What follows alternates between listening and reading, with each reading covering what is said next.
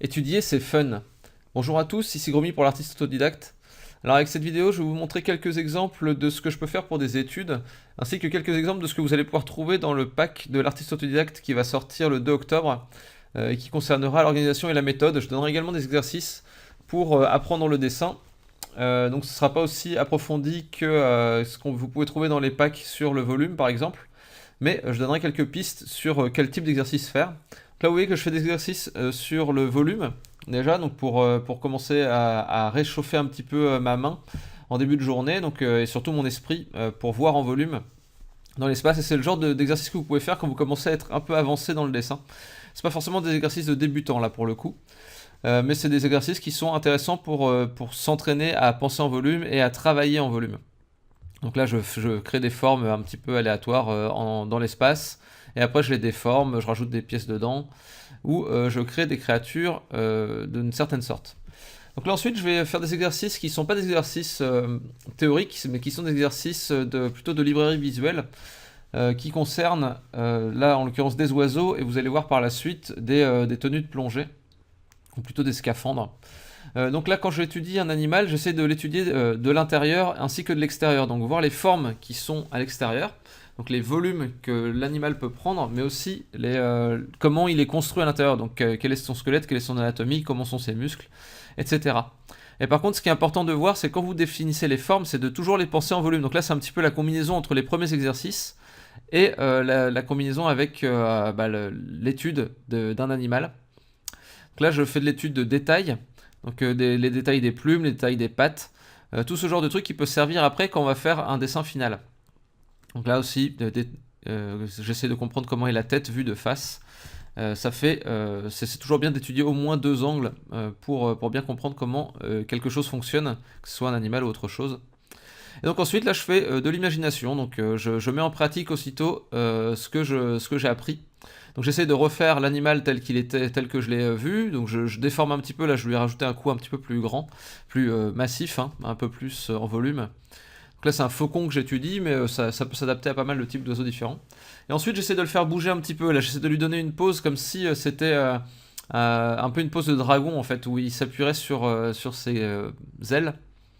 Un peu comme si c'était des mains, en fait, ou des pattes avant. Et puis après là, je vais me faire un petit délire avec une version un peu zombie ou mort-vivante, en tout cas de ce type de faucon. Donc voilà, là je stylise, je fais vraiment de l'imagination à partir de ce que je viens d'observer. Pour moi, c'est super important d'aller faire ce genre de choses, d'aller créer aussitôt qu'on a étudié quelque chose pour voir ce dont on se souvient, et ça permet aussi de savoir ce dont on ne se souvient pas trop, et du coup refaire des études, mais des études qui sont un peu plus ciblées. Donc après là, je mets un petit peu en page, et je vais étudier mon deuxième sujet qui sont des scaphandres, et en particulier le scaphandre que vous voyez à droite, qui est quelque chose qui est très intéressant, je trouve, visuellement. Quelque chose qu'on va retrouver dans pas mal de personnages de jeux vidéo assez souvent. Euh, à partir du moment où ça se passe dans un milieu sous-marin, on va souvent trouver souvent des créatures qui sont basées un petit peu là-dessus. Et après, vous allez voir, je vais essayer à la fois de créer des scaphandres intéressants, et je vais essayer de combiner les deux sujets que j'ai étudiés.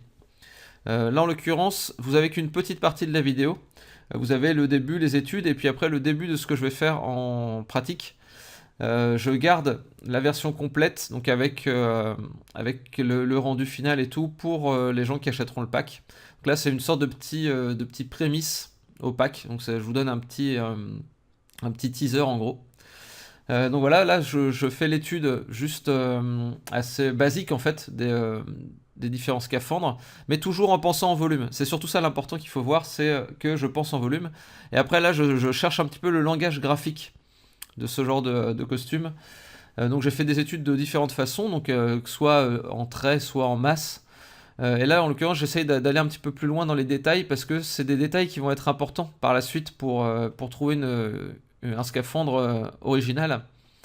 Et donc c'est bien d'étudier à la fois les volumes globaux et les détails. Pas forcément sur la même étude, mais de faire plein de petites études différentes, qui durent pas longtemps chacune, hein, mais en tout cas voilà, j'essaye de trouver des trucs intéressants à chaque fois à étudier. Si j'ai pas encore étudié les détails, je vais le faire, etc. etc. Donc voilà, je commence le design final pour mon scaphandre typé oiseau. Donc là, je vais faire deux versions différentes. En gros, je vais faire un oiseau, enfin un scaphandre avec des formes d'oiseaux, et je vais faire aussi un oiseau avec des détails de scaphandre, avec une sorte enfin tous les détails que j'ai pu voir en mécanique, essayer de les retraduire en organique. Donc là, de faire un oiseau avec plein d'yeux, avec des formes de corps un peu inspirées du scaphandre, etc., quoi. Là, je fais une version mécanique, une version organique, et je vais choisir la meilleure pour la pousser plus loin.